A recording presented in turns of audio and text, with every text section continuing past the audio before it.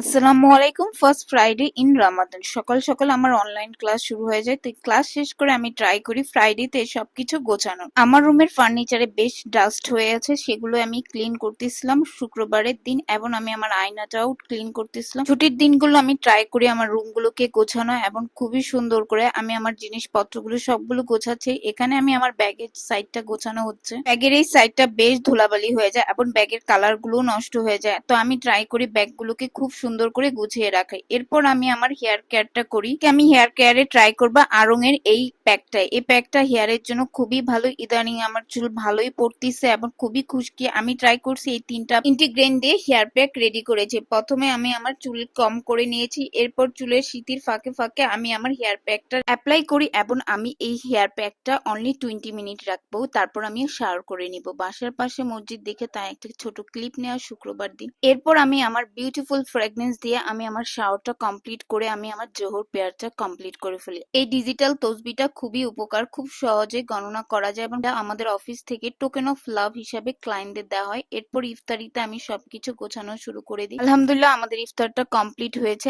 Till then tomorrow.